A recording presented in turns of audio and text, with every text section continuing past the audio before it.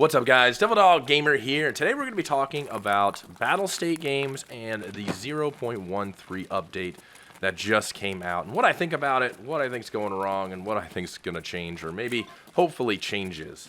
Now, before we get started, for those of you that might be new and not know who I am, I have been playing Escape from Tarkov since pretty much before anybody else. We were under NDA.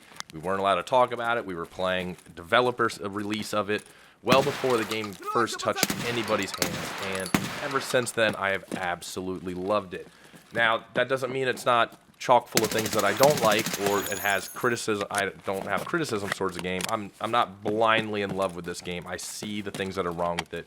I see things that Battle State does wrong, and I disagree with. But it doesn't mean that I do not love Escape from Tarkov. Escape from Tarkov really is just an amazingly unique extraction shooter, and has some of the best gun customization of any game around.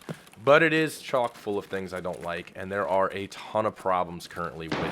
The 0.13 update was the release everyone's been waiting for. It introduced Streets, something we've been waiting on since early 2018, and I honestly, ever since the release and the first week of everyone being like, oh, you know, got the blinders on, we finally got Streets, I've never seen an update so universally hated from content creators and the community. This update is straight up dog water. It's terrible.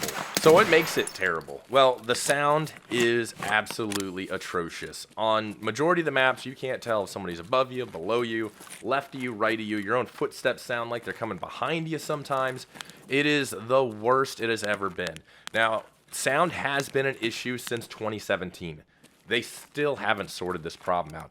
The original sound was terrible with verticality, and then they finally moved to Steam Audio, which, you know, Steam Audio is a great for extraction shooters. It works perfectly in the Hunt Showdown, but there were still problems with it. And now here we are on a new sound system, Oculus, which is absolutely worse than all the other ones. To me, this is inexcusable. We should not still be having a sound issue since 2017. That's been an issue since 2017.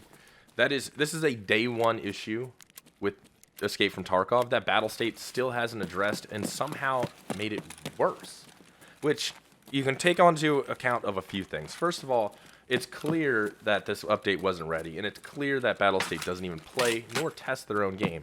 Even with an ETS server where the community could test these updates and see if they're ready for release, they don't seem to do that. They don't seem to understand what's going on with their own game. There's no way that someone looked at the sound in this game and said, you know what, this is good for update. It's impossible. There's no way that happened. And this again comes into a problem with Battle State games, and one, their engine choice. Unity is their engine that they've always used ever since Contract Wars. It's familiar, but it's not a great engine. A lot of people I know that develop games and game developers absolutely hate Unity. And there's a lot of issues with sound design with Unity. Apparently Steam Audio doesn't work with Unity, and Steam Audio didn't really want to help them develop with Unity. But on Unreal games like the Hunt Showdown, it works perfectly fine. So it comes down to now, we probably have an engine issue where they're trying to find a sound system that works with Unity since 2017. On top of that, it comes down to they refuse to hire outside help. They only hire Russians in Russia to be developers for the game.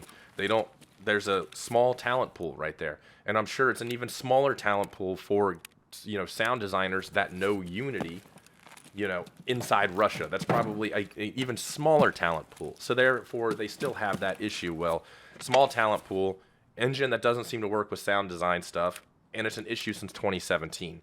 If any other AAA developer had this problem, there would be mass layoffs, there would be boycotts, things like that. But because it's Tarkov, people have been giving it, you know, hey, well, it's beta, it's alpha for a while now. But now you're starting to see the community be like, how does this possibly keep happening?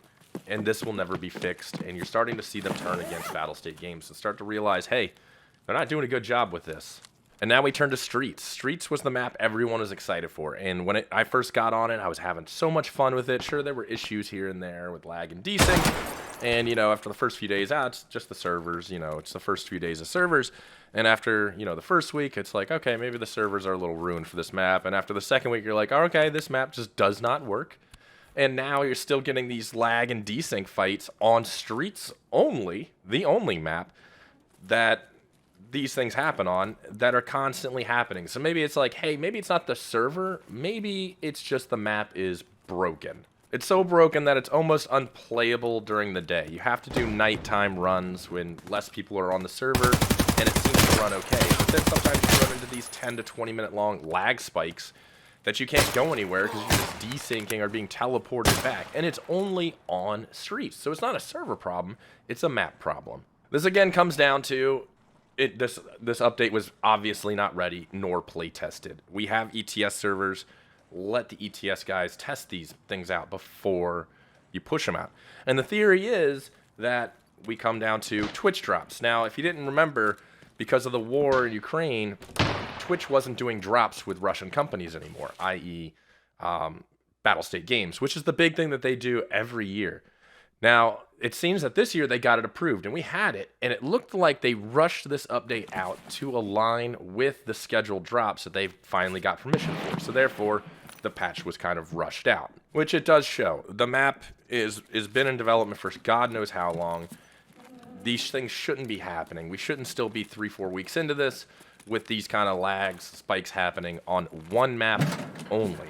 It doesn't make any sense. And a lot of people who are spamming that map because it's the new map, and they're starting to constantly get that lag and that desync, and they're like, hey, wait a minute, this kind of sucks. Now, some other controversial changes they did was pretty much 2 weeks into it. They started removing the ability to buy certain ammo, especially armor-piercing ammo from traders and the flea market, which kind of came at a shock because people were like, what the hell is going on? You know, a lot of people like the ease of access to stuff like that because they're casual players. They don't have time to invest, to unlock, to go find those rounds, or to farm rogues and things like that. On the other hand, there's a lot of people that just spam that constantly and like, oh, I die to BP constantly, I die to, M995 constantly, things like that. While I'm still on the fence about this whole removing armor-piercing ammo from basically being buyable, and you can either craft it for expensive crafts that take 7 hours or find it in a raid. I'm kind of confused at the way they do this. Battlestate does a lot of real knee-jerk reactionary balancing when it comes to their economy and weapons and things like that. And this was one of them. We were deep into the wipe. If this was something that they were planning, we're pretty deep, two weeks or so. If this was something that they were planning on doing, why wasn't a change included with the wipe? So from day one of the wipe, hour one, you can't buy that stuff anymore. So the people who run through it can't have access to it. But it seems weird that they pick and choose a few rounds like 2 weeks in, and then the next day we have some more rounds gone. And it's like, well, you had people who already stockpiled on all that stuff. Why are these rounds up? I mean, they took almost everything off, but you could still buy S&B rounds for some reason. Like they almost forgot about them. And then, past 9 rounds, they're like, oh yeah, we forgot about those too. And it seems like they're kind of just knee-jerking real quick, and they're like, oh shit, this and that and this. Oh yeah, we forgot about those. Let's take care of those. Or, oh they put M62 to $52 a round for like an hour, and then reverted it back, and everyone's like, what are they even doing? And that's the thing. They don't know what they're doing with these rebalances, and they're just kind of spitballing out there to see how it works with no rhyme or reason half the time, and it just doesn't make sense. This is more of a reinforcement that they don't know what they're doing with balancing. When it comes to that, a great example is, global stocks, global loot pools. Now, this was a thing that was created before Found and Raid. People were buying tons of ammo. You could buy stuff off the market and just resell it to people who couldn't, weren't high enough level. Like people that were high enough to unlock M995 were buying it from the traders and reselling it on the flea market. So in a way to kind of balance that, to keep people from buying out as just thousands of rounds, reselling it to people who are lower than them, they added the global loot. So through the entire game, there was only X amount of ammo that everybody could buy. So if you got to it late, oh well, you have to wait for the traders to re-up. And there are tons of items that have that global loot, including scav vests, Snickers. It's like, there's so many random things that have that global loot, and you start running into these things that just don't make sense, like some Picatinny rails or suppressors and things like that. All of these global loot pools were added because of people reselling on flea market. Now with FIR, that's not an issue anymore, and the global loot pool should have been, the global loot should have been taken away, because there was no need for it, but yet it still stayed. It was something created to stop people from selling stuff on traders. FIR changed that, but they forgot to revert all that back. And that's kind of a big thing. You know, when they rebalanced the armor for this update, like you have your normal tan vest level 4. You used to be able to buy 4 of them for 50k. Now you can only buy 1 for 70k, which really hurts casual players because that's the first decent kind of like rat rig you can run into. It wasn't overpowered or anything, but in a chance to slow people down, they reverted it. They changed it for no reason. On top of that, they removed helmets like being viable from the trader or anything like that, like the wrist T helmet. Well, guess what? The wrist T helmet doesn't spawn anywhere in the game at all. So when they removed it from the trailer, it became unobtainium. They didn't realize that it was not even in the loot pool. So their knee-jerk reactions, they don't seem to think about what they're doing. They just do these things, and they're like, oh, wait a minute. And people have to be like, hey, dude, that doesn't spawn in the game. And then they have to add the spawn. A lot of this, I feel like, comes down to the point that Lightkeeper was not ready. It was obvious that Lightkeeper was not ready. The quests that unlocked him didn't work and were broken. People were getting up to him in weird ways that they're like, whoa, that's not intended. That quest was wrong. That's not actually how it works. And they had to go back in and fix it. And a lot of the quests were broken with it and didn't make any sense. And people were having a hard time even getting to them. People were faking their way over there.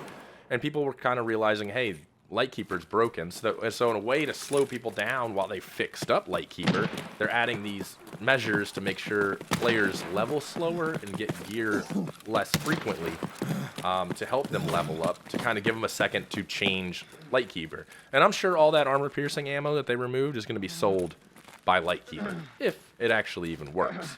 And then one of the big things that'll never change with this game is the cheaters. The cheaters will absolutely never change. There's nothing Battlestate can even do about it. They use the cheapest version of BattlEye, which does absolutely freaking nothing. You have plenty of evidence of developers banning people because they killed them in game. Streamers linking stuff over and saying, hey, this guy killed me, who is completely legit, and they're banning them. Their whole ban thing, their anti-cheat, none of it works. It's something that's never going to change. All of their RMT progress and things that they do to slow cheaters down or stop cheaters from being able to buy the game or make money from the game doesn't work, and the only thing it does is ruin our lives and makes our lives difficult. There's nothing they can do about the cheaters. It's just the way of the game, and it makes it hurt so much more than other games, than other shooter games, because you lose so much. But the cheater plague is a huge issue right now, as it always has been and always will be. What I'm hoping changes with Battlestate and the way they do updates is I'm hoping they do a little more communication with the community. They're one of the least talking devs. They don't do dev vlogs. They don't update the community. They're not very interactive with the community about what's going on, changes, problems they're having, and it shows. We've talked to them multiple times about this, and it seems to kind of fall on deaf ears. While wipes and content are king for bringing people back to Escape from Tarkov, I think it's time to prioritize fixing problems that have been around since 2017 and actually taking the time to release updates that actually work. It's bad that Star Citizen can do 4 major updates a year that work when they struggle to do 1 or 2.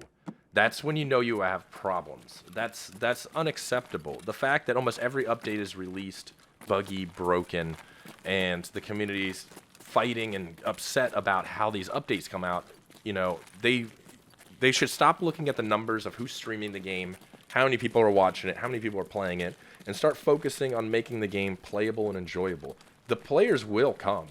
Once you have issues, blatant issues that have been around for a long time, sorted, the game will continue to grow. But if you keep releasing these half-assed updates that are constantly broken, the community will turn against you, and they will leave. As you're seeing now, this is the most hated update I've ever seen in Tarkov history.